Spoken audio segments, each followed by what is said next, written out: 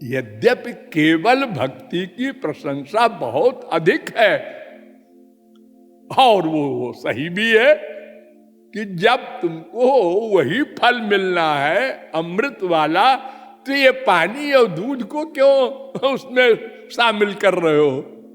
समझना पड़ेगा कर्म क्या है, ज्ञान क्या है, वो परिश्रम तो तुमको पड़ेगा ही। तो ये क्या आवश्यकता क्या है?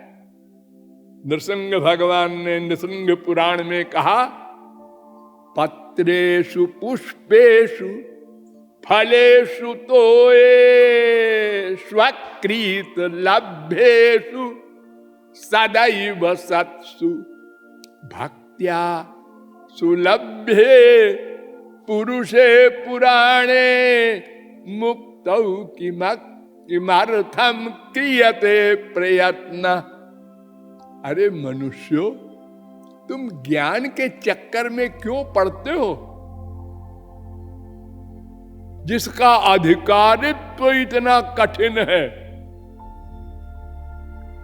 अरे भक्ति तो ऐसी है, पत्र पुष्प फल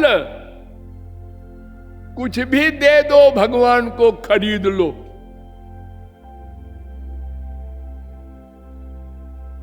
और जैसा कि मैंने बताया, ज्ञान की आवश्यकता नहीं, कर्मकांड की आवश्यकता नहीं। किसी भी स्थान में हर समय कैसी ही अवस्था में रहो, कितने ही पाप किए रहो, भक्ति से सब समस्याएं हल हो जाएंगी, केवल भक्ति से।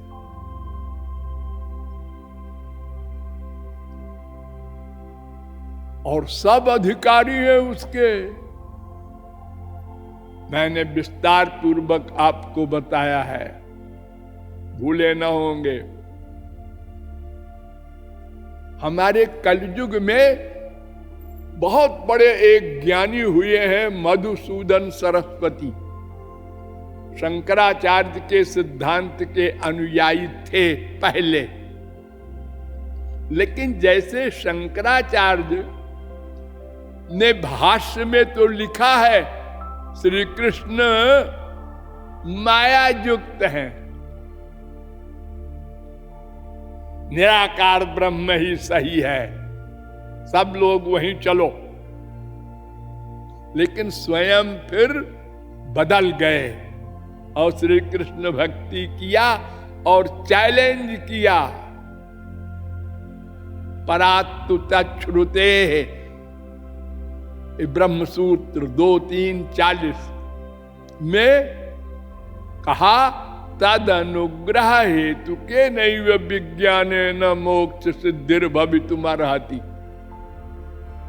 भगवत कृपा से जो ज्ञान मिलेगा, श्री कृष्ण की कृपा से, उसी से माया जाएगी, उसी से ब्रह्म ज्ञान होगा, ये मान लिया।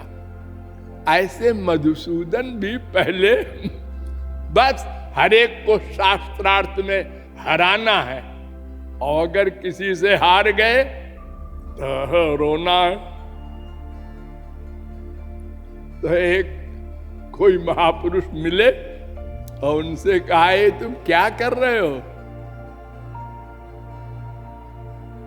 किसी को हराने से सुख मिलता है? सच बताओ। हाँ मिलता है। और किसी से हारने पर दुख मिलता है? हाँ मिलता है। तो तुम ज्ञानी कहाँ हो?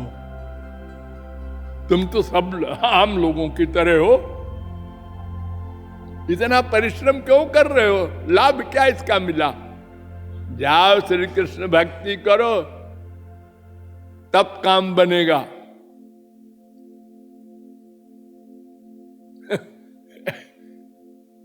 तब भक्ति किया।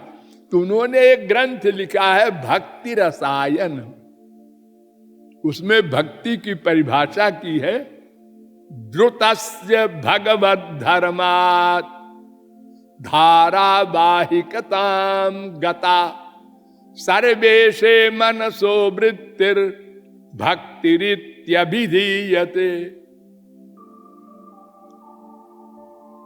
जब भगवान के नाम रूप गुण लीला आदि के चिंतन से, श्रवण से हृदय पिघल जाए, द्रुतस्य, पिघल जाए हृदय। दो प्रकार से हृदय पिघलता है।